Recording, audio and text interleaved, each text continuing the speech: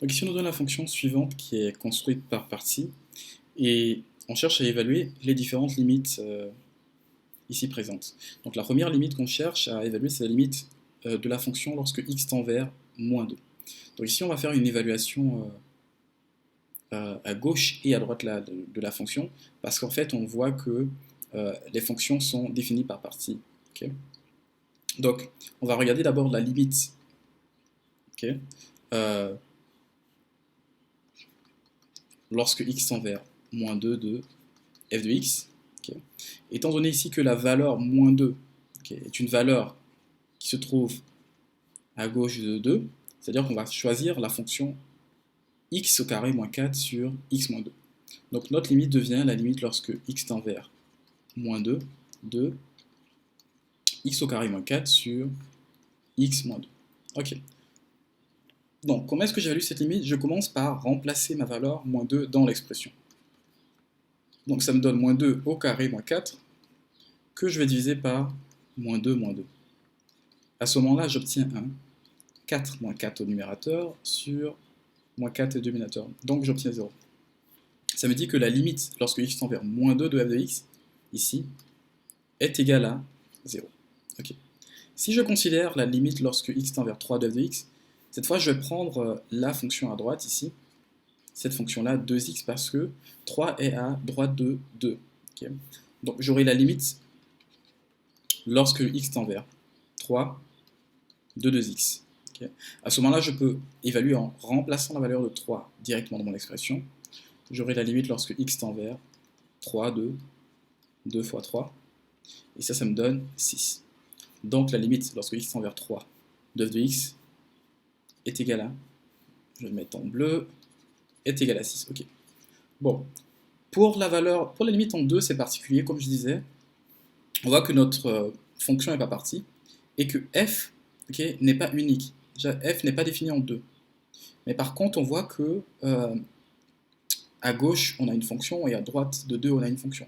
Donc, si on se rappelle bien, pour qu'une limite existe en une valeur, okay, la limite, lorsque x tend vers a de f de x est définie, si la limite lorsque x tend vers a moins de f de x existe et est égale à la limite lorsque x tend vers a plus de f de x. Donc c'est cette règle-là qu'on va utiliser ici pour calculer la limite en 2. Okay, c'est-à-dire qu'on va commencer par évaluer la limite à gauche en 2 moins, et ensuite on va regarder la limite en 2 plus.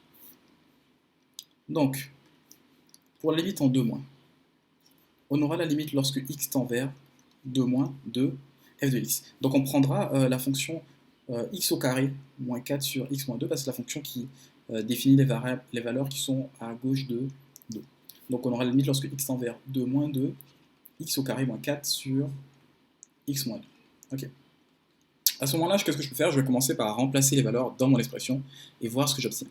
Donc si je remplace, j'ai, disons, 2 moins ici, ok, au carré, donc 2 au carré, moins 4 sur 2 moins 2 moins 2. Ok. Qu'est-ce que ça me donne ici? J'ai une forme indéterminée, j'aurai ici, 2, bon, ça me donnera 4 moins 4 sur ici 2 moins 2, ici j'aurai sur 0. Okay. Particulièrement ici j'ai 0 moins. Okay. Ici j'ai 0 moins parce que j'ai 2 moins 2. Donc ça me donne 0 sur 0 moins, c'est une forme indéterminée. Qu'est-ce que je peux faire comme ici pour résoudre cette limite? Je vois ici que j'ai une différence de carré. Donc je peux réécrire mon expression comme étant la limite lorsque x tend vers 2 moins 2, x moins 2 fois x plus 2. Okay, et je vais diviser le tout par x moins 2. Et là, c'est très évident, je vois que je peux simplifier en fait mon x moins 2 ici avec mon x moins 2 ici. Voilà. Donc les deux se simplifient, et je me trouve avec une limite qui est beaucoup plus simple, qui est la suivante, la limite lorsque x tend vers 2 moins 2, x plus 2. Donc si j'évalue cette expression-là, en remplaçant ma variable par cette valeur ici qui est 2 moins, j'obtiens 2 moins plus 2. Et ça me donne 4. Ici. Donc ici, c'est 2 moins plus 2, ça me donne 4. Donc la limite, lorsque x tend vers 2 moins de f de x est égal à 4. Donc je dois maintenant chercher également la limite à droite de mon expression. Okay. Donc la limite lorsque x tend vers 2 plus de f de x. Okay. Donc ici, je vais choisir l'expression 2x, okay, parce que c'est la fonction qui définit les valeurs qui sont plus grandes que 2. Donc ce sera la limite lorsque x tend vers 2 plus de 2x. Si je remplace la variable ici par 2 plus, j'obtiens bien sûr 2 fois 2 plus, ça me donne 4 ici. Okay. Donc qu'est-ce que je vois? Je vois que la limite à gauche de 2 existe est égale à 4, et que la limite à droite de 2 aussi existe est égale à 4. Donc étant donné que limite lorsque x tend vers 2 moins de f de x existe, et elle est égale à la limite lorsque x tend vers 2 plus de f de x, qui est égale à 4, ça veut dire que ma limite lorsque x tend vers 2 de ma fonction existe et est égale à 4.